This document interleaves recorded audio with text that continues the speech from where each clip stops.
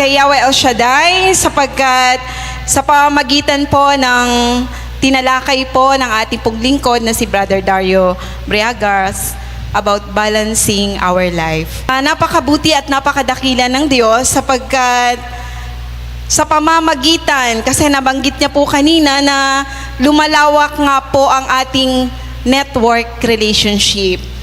Talagang wala pong imposible kay Yahweh El Shaddai. Since 13 years old po, yung aking pong mother ay napadpad siya sa lugar ng Maynila. Pero nung 2023 lamang po ay talagang si Lord ay gumawa ng himala at kababalaghan sapagkat natagpuan po namin yung kanya pong nag-iisang kapatid sa lugar ng Dalagit, Cebu. Alam niyo po yun, may nagsabi nga na preacher na, naku, pag may hinahanap kang tao, kailangan mo ng 500,000 pesos.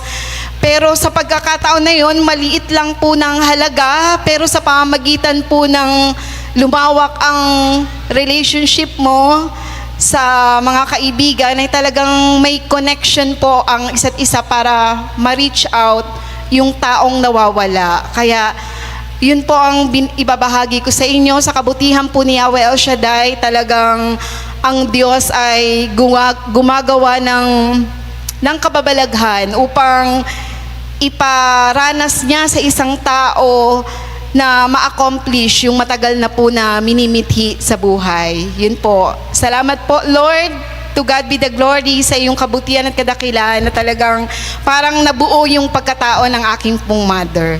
Yun lamang po. Maraming salamat po.